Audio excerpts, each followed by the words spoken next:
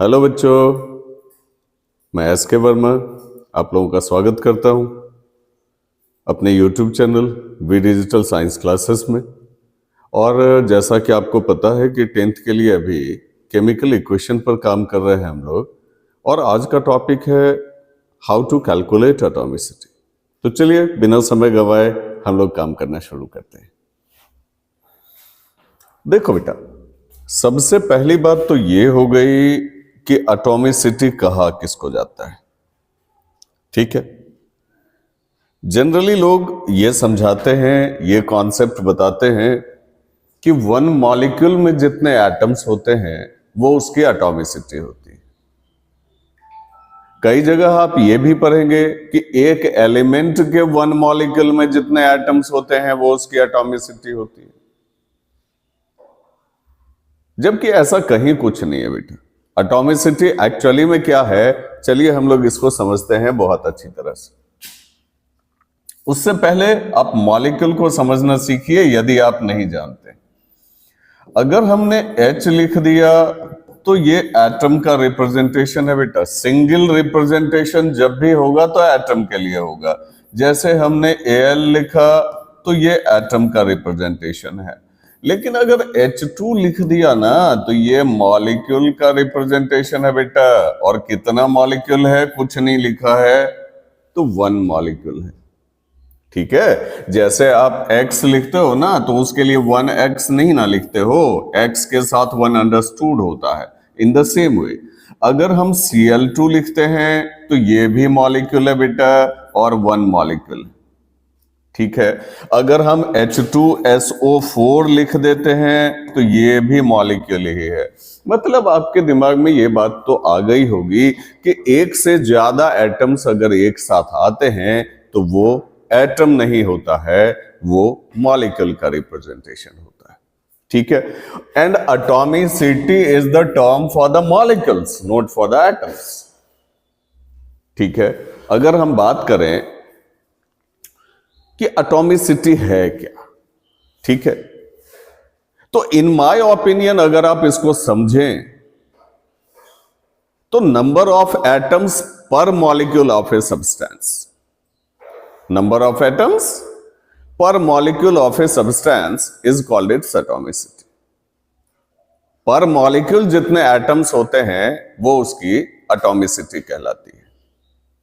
ठीक है, तो पर मॉलिक्यूल आप नंबर ऑफ एटम्स काउंट कर लो ना। जैसे मान लो एटॉमिसिटी कैलकुलेट करनी है, किसी की भी एटॉमिसिटी कैलकुलेट करनी है, ठीक है, H2 लिखा हुआ है, तो अब तो आप समझ रहे हो कि 1H2 लिखा हुआ है, तो इसके एक मॉलिक्यूल में कितने एटम है बेटा? आप कहोगे सर 2 लिखा हुआ है तो इसकी एटॉमिसिटी 2 हो गई। यहां भी कुछ नहीं है तो एक मॉलिक्यूल है किसका? क्लोरीन का, तो क्लोरीन के एक मॉलिक्यूल में कितने एटम्स होते हैं? तो 2 एटम्स होते हैं, तो एटॉमिसिटी 2 हो गई बेटा। अब H2SO4 में देखो, हर जगह अगर पीछे कुछ नहीं लिखा हुआ है ना तो 1 मॉलिक्यूल है। मैंने पर मॉलिक्यूल इसलिए लिया क्योंकि 1 मॉलिक्यूल भी कैलकुलेट कर सकते हैं और एक से ज्यादा मॉलिक्यूल को बढ़ा के भी एटॉमिसिटी को कैलकुलेट किया जाता है बेटा। ठीक है, तो चलिए देखते हैं H2SO4, इसकी एटॉमिसिटी आप देख लो। इसमें हाइड्रोजन कितना है गिनना, 2। सल्फर कितना है बेटा, 1। ऑक्सीजन कितना है, 4। तो 4 2 6 एंड 1 7। तो H2SO4 के एक मॉलिक्यूल की एटॉमिसिटी कितनी हो गई बेटा? 7 हो गई, 7 हो गई। अब देखिए अगला दिया हुआ है सॉल्व करने के लिए 3Cl2। तो अब यहां मॉलिक्यूल की संख्या बढ़ के 3 हो गई है, समझ रहे हैं? मॉलिक्यूल की संख्या बढ़ के 3 हो गई है। ठीक है, तो अब इसकी एटॉमिसिटी कैसे निकालें? ठीक है, आपने यूनिटरी मेथड पढ़ा है ना। अगर एक मॉलिक्यूल में 2 एटम है तो 3 मॉलिक्यूल में कितना एटम होगा? तो 6 एटम होगा, 6 एटम्स होंगे। वैसे भी यहां भी आप मल्टीप्लाई करके देख सकते हो, 3 2 जा 6। ठीक है, अगले नंबर में आते हैं। अगर यहीं पर मान लीजिए 4H2 दे दे तब इसकी एटॉमिसिटी कितनी होगी बताना। आप कहोगे सर 4 मॉलिक्यूल हो गया ना, तो एक मॉलिक्यूल में 2 एटम है तो 4 मॉलिक्यूल में सर 4 2 जा 8 हो जाएगा सर, इसकी एटॉमिसिटी 8 हो जाएगी। मेरे हिसाब से आप समझ रहे होंगे, ठीक है। पर मॉलिक्यूल जब हम नंबर ऑफ एटम्स कैलकुलेट करते हैं बेटा, तो वो उसकी एटॉमिसिटी बन जाती है, ठीक है। आगे देखते हैं। अब यहां देखिए CaOH होल ट्वाइस, बहुत अच्छी तरह से एटॉमिसिटी को प्रैक्टिस कर लीजिएगा, क्योंकि इसके जस्ट बाद का लेक्चर आपका बैलेंसिंग ऑफ इक्वेशन का है, ठीक है। एटॉमिसिटी जब तक सही ढंग से आप प्रैक्टिस नहीं कर लेंगे, तब तक जो है बैलेंसिंग आपके समझ में नहीं आएगा, बैलेंसिंग आपसे नहीं बनेगा बेटा, ठीक है। अब CaOH होल ट्वाइस है, तो आप कहोगे सर यहां तो होल ट्वाइस लगा हुआ है, तो यहां कितना मॉलिक्यूल है? यहां भी 1 ही है बेटा, यहां भी 1 ही है। अब इसकी एटॉमिसिटी अगर हम कैलकुलेट करें, CaOH होल ट्वाइस को कैलकुलेट करें, ठीक है, तो इसमें कैल्शियम कितना है बेटा? 1। ऑक्सीजन कितना है? या रुकिए, इज इक्वल टू देके लिख देते हैं 1। ऑक्सीजन कितना है? अब ये समझिए, ऑक्सीजन यहां 1 है, यहां भी 1 है, लेकिन होल ट्वाइस किया हुआ है ना, तो ऑक्सीजन 2 1 जा 2 हो गया, और हाइड्रोजन भी 2 1 जा 2 हो गया, तो 2 2 4 और 1 5। तो CaOH होल ट्वाइस की एटॉमिसिटी बेटा 5 निकल गई, ठीक है। आगे देखते हैं, CaCO3 को चेक करें, कैल्शियम कितना है भाई? कैल्शियम कितना है? हम लोग CaCO3 पर चल रहे थे, इसमें कैल्शियम कितना है? 1। कार्बन कितना है? 1। ऑक्सीजन कितना है? 3। तो आप तुरंत इसको ऐड करके देख लो ना, टोटल क्या हो गया? 5 हो गया। अब समझ में आ रही बात?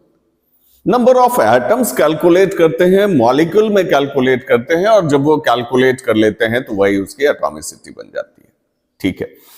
अगले नंबर में चले आइए। अगर यहीं पर मान लीजिए मैं 3CaCO3 कर दूं, तब आप क्या कहोगे?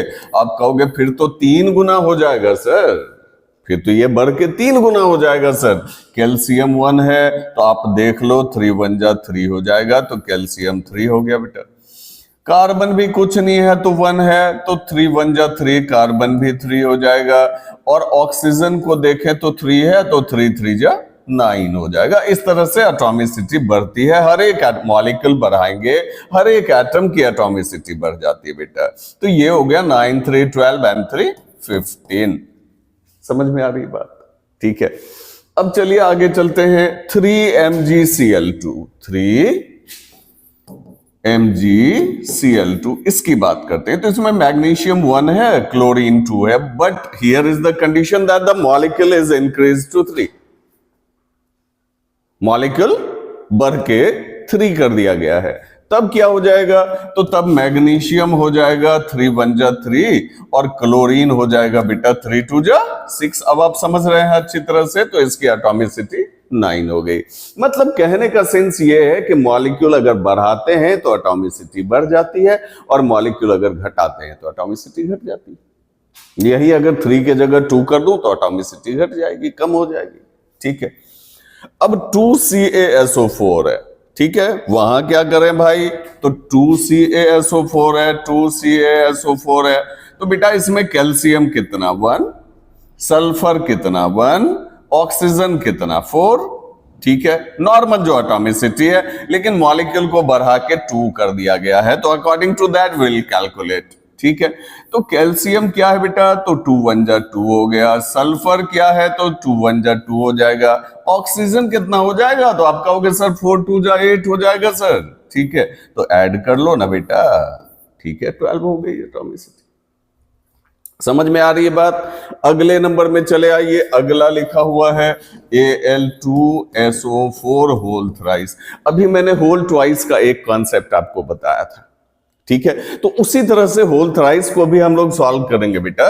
देखिए एल्युमिनियम कितना है यहां? तो एल्युमिनियम हो गया 2, ठीक है। सल्फर आप देख लो तो सर सल्फर तो ब्रैकेट में है, ऑक्सीजन भी ब्रैकेट में है, तो सल्फर 1 है, ऑक्सीजन 4 है। बेटा होल थ्राइस भी तो है, उसको भी तो देखना है। तो सल्फर 3 1 जा 3 हो गया बेटा, और ऑक्सीजन 4 3 जा 12 हो गया, तो टोटल 17 हो गया। समझ में आ रही बात बेटा?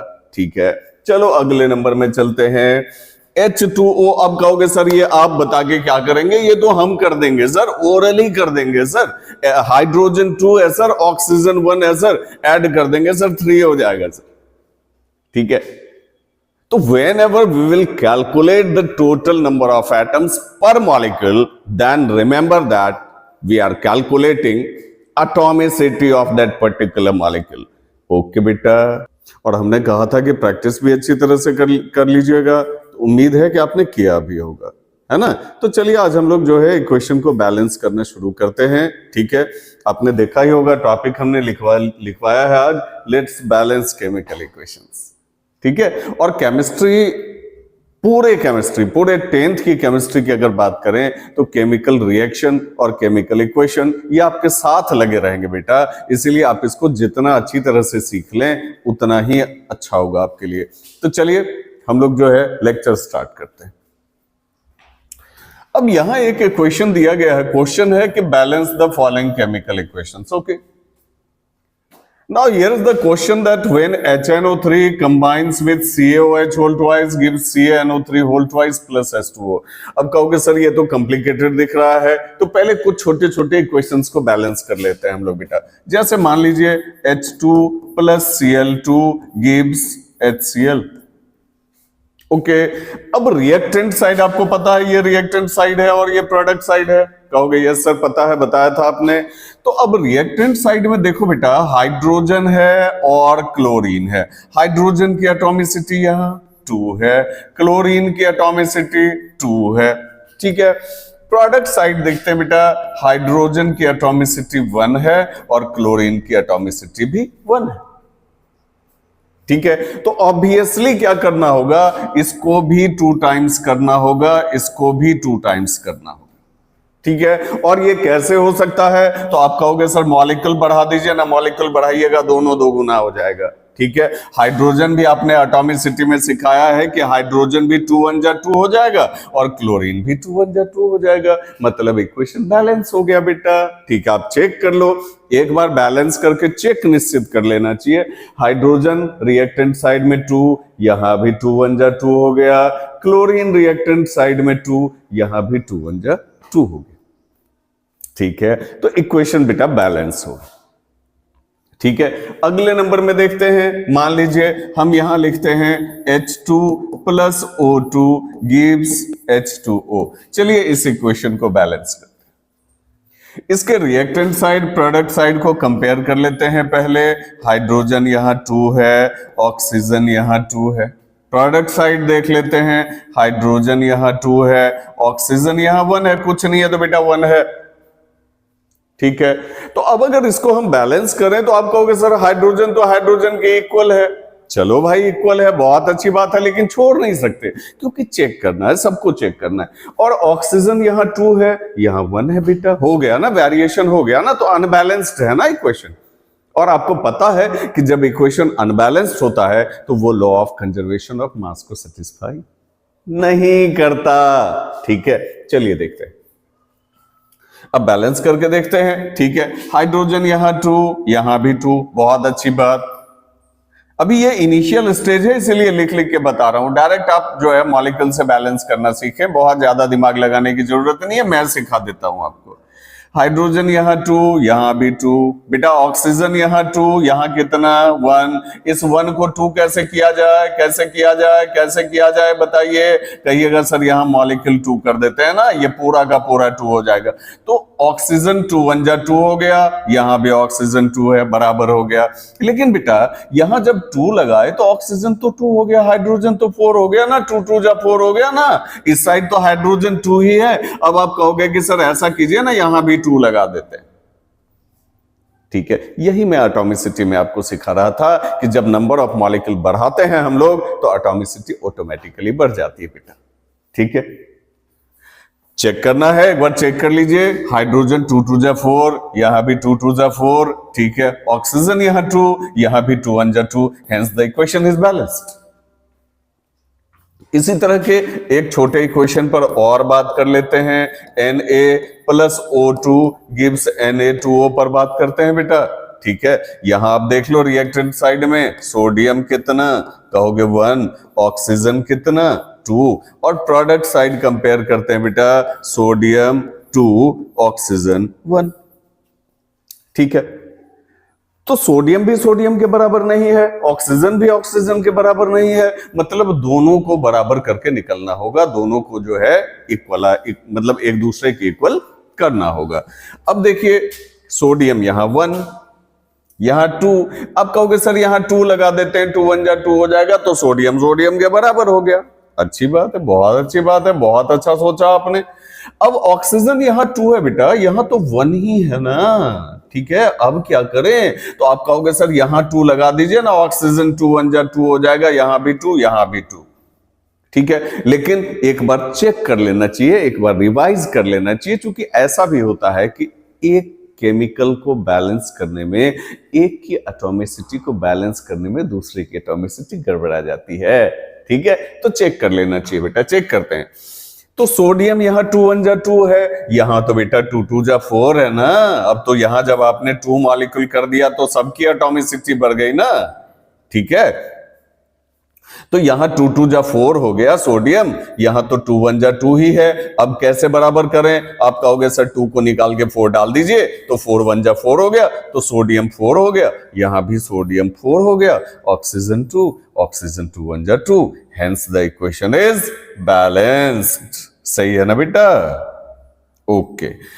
अब चलिए इसके एक आधे क्वेश्चन को ले लेते हैं जो क्वेश्चन दिया हुआ है, ठीक है। और कुछ क्वेश्चंस, एक आध क्वेश्चन आपके लिए छोड़ दूंगा, आप घर में कीजिएगा। देखिए, तो इक्वेशन है आपका HNO3 plus CaOH whole twice gives CaNO3 whole twice plus H2O, ठीक है। अब इसको कंपेयर कर लेते हैं। आप कहोगे सर कंपेयर करने में तो बहुत कंपेयर करना पड़ेगा, लेकिन अभी आप सीख रहे हो तो कंपेयर तो करना चाहिए बेटा आपको। पहले रिएक्टेंट साइड देख लेते हैं, ठीक है। हाइड्रोजन देखना बेटा, यहां 1 और यहां 2 है ना। पूरे रिएक्टेंट साइड को अगर देखें तो एक हाइड्रोजन यहां है और 2 हाइड्रोजन यहां है, 2 1 जा 2, तो हाइड्रोजन आपके पास 3 है बेटा। नाइट्रोजन कितना है, आप कहोगे सर कुछ नहीं है, तो 1 तो है ही। ऑक्सीजन देखना, यहां बेटा 3 है और यहां 2 है ना, 2 है कि नहीं है, देखो ना 2 1 जा 2 है कि नहीं है, तो 3 और 2 ऑक्सीजन आपका 5 हो गया बेटा, ठीक है। कैल्शियम देख लो, कैल्शियम 1 है, कुछ नहीं है तो 1 तो है, ठीक है। अब सारे के सारे हमने लिख दिए, हाइड्रोजन, नाइट्रोजन, ऑक्सीजन, उसके बाद जो है कैल्शियम, ठीक है। हाइड्रोजन, नाइट्रोजन, ऑक्सीजन, कैल्शियम, हाँ सब लिखा गया। प्रोडक्ट साइड देखते हैं बेटा, यहां इसका क्या हाल है, क्या हाल है भाई तुम्हारा। अगर बैलेंस्ड हो तो बढ़िया बात है, फिर तो मजे हैं, और अगर नहीं बैलेंस्ड हो तो बैलेंस करके छोड़ेंगे, क्या कहते हो। चलो ठीक है, तो कैल्शियम कितना है इस साइड, 1 है बेटा। नाइट्रोजन देखना, यहाँ 1 है ना, तो 2 1 जा 2 हो जाएगा। ऑक्सीजन देखना बेटा, 3 2 जा 6 हो जाएगा, ठीक है। अब कहोगे सर आपने वो तो कुछ गलती की ना हम लोगों ने यहाँ, आप कहोगे सर आपने तो उस वाले ऑक्सीजन को छोड़ ही दिया। सही सोचा आपने, ऑक्सीजन यहाँ 3 2 जा 6 ही नहीं है, एक ऑक्सीजन यहाँ भी है, तो 6 + 1 = 7 हो गया बेटा। और हाइड्रोजन कितना है, हाइड्रोजन 2 है। इसको देख के परेशान नहीं होना है कि पता नहीं सारे इक्वेशन में कंपेयर करना होगा, इतनी परेशानी होगी, कौन बैलेंस करना सीखेगा। कोई जरूरत नहीं बेटा, हम लोग डायरेक्ट मॉलिक्यूल को टारगेट करके एटॉमिसिटी को जो है बढ़ाएंगे या घटाएंगे और इक्वेशन को बैलेंस करेंगे, ठीक है। Don't bother. तो हाइड्रोजन देखना यहां 1 है, उस साइड 2 है। और एक चीज हमेशा ध्यान रखना कि एक एक एटम को टारगेट करना है बैलेंस करने के लिए, ठीक है। एक एक एटम की एटॉमिसिटी को टारगेट करना है बैलेंस करने के लिए। हर एक एटम की जो एटॉमिसिटी है, हर एक एलिमेंट के एटम की जो एटॉमिसिटी है रिएक्टेंट साइड में, उसको प्रोडक्ट साइड के इक्वल कर देना है बेटा। देखिएगा, हाइड्रोजन यहां 1 और 2 3, उस साइड हाइड्रोजन तो 2 है ना, तो क्या करें क्या करें क्या करें, इधर आ रहा है ओड नंबर, उधर आ रहा है इवन नंबर। तो जब कभी भी ओड और इवन का मामला फंसे तो इक्वेशन को बैलेंस करना छोड़ के पहले आप इस मामले को सॉल्व करें। जहां भी ओड नंबर वाला मामला आ रहा है, जिसके कारण ओड आ रहा है, उसको सिंपलेस्ट मल्टीपल से मल्टीप्लाई करके आप इवन कर दे बेटा। ठीक है, देखिएगा। तो ये तो सर आप कहोगे ये तो सर इवन है, ये तो डिस्टर्ब नहीं कर रहा है, ये तो रास्ते में नहीं आ रहा है, इसके कारण हो रहा है। तो चलिए यहां 2 कर देते हैं। अब हाइड्रोजन हमारा यहां भी 2 हो गया और यहां भी 2 हो गया बेटा। तो हाइड्रोजन 2 + 2 4 हो गया। अब देखिए, अब बहुत आराम से बैलेंस हो जाएगा। यहां हमने 2 डाल दिया तो हाइड्रोजन 2 2 जा 4 हो गया। तो रिएक्टेंट का हाइड्रोजन और प्रोडक्ट का हाइड्रोजन बराबर हो गया। एक काम खत्म हो गया। दूसरे नंबर में आते हैं। नाइट्रोजन कितना है? तो अब यहां 1 नहीं है बेटा, 2 1 जा 2 है।